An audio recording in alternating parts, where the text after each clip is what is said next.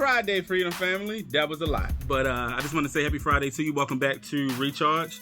Today I want to talk to you about freedom. Y'all know that in our country, they say that we live in the land of the free, home of the brave. Freedom ain't free, though. That's something that we don't often talk about, is that freedom isn't free. People have fought for our freedom in this country. People have died for our freedom in this country. And the reality is, for us, there's no difference for us in Christ. Christ has bought our freedom. He died for that. And so I want to bring before you today Galatians chapter 5, verse 1. Paul writes, "For freedom, Christ has set us free. Stand firm, therefore, and do not submit again to a yoke of slavery."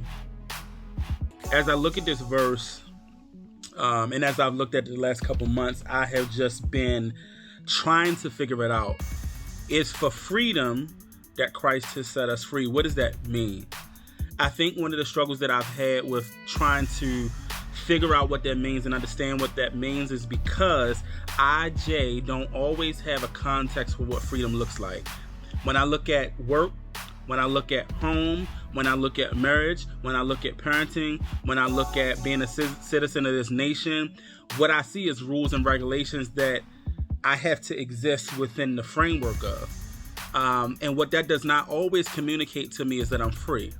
So when Paul writes it's for freedom that Christ has set us free, me, I'm included in that us, you're included in that us, free, what in the world does he mean? Well, I think the key is in the last part of what he says. He says, "Stand firm, therefore, and do not submit again to a yoke of slavery." What is this yoke that Paul is talking about? Well, in the context of this passage, he's talking about the yoke of somebody being identified with God and having to be circumcised.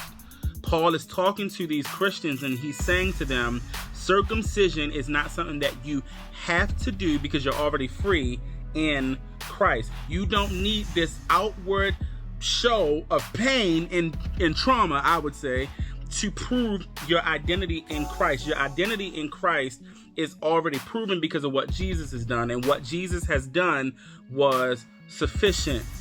And so when you look at that and you look at how religion, and I'm using that word loosely because the Bible does promote religion. There's a religion that God finds acceptable, but I'm talking about religion as we know it. When you look at religion as we know it tends to be a bunch of rules and regulations that guard us, guide us, structure us, keep us within bounds. But Paul is saying, in Christ, we're free. We're free to live. We're free to enjoy. We're free to have all that God says that we can have. We're free, and we don't have to do anything else for it. I wonder how many of us struggle to believe that we are actually free in our relationship with Jesus.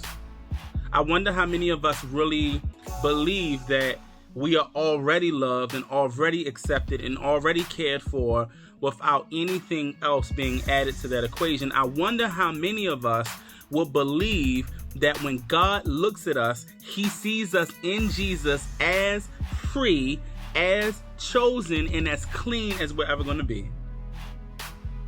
I also wonder for how many of us, how that thought could actually free us right now. Paul says it's for freedom that Christ has set us free.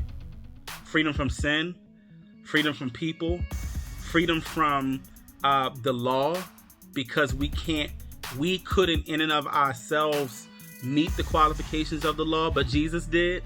Freedom from being trapped by anything or any other institution anymore. We are actually free. And then he tells us, stand firm.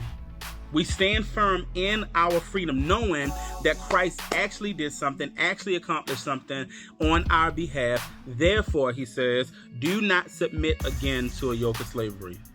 So I just ask you to go forward in this weekend, knowing that you are free and free for real. Free from all the stuff that weighs you down, free from all the sin that still drives you crazy, free from people that you feel like you need to please. You are free to live for God only, and let all of your love and your care for everything else and for everybody else flow from that freedom. You are free. There's no pun in that. You are free. I love y'all, and I'll see y'all soon.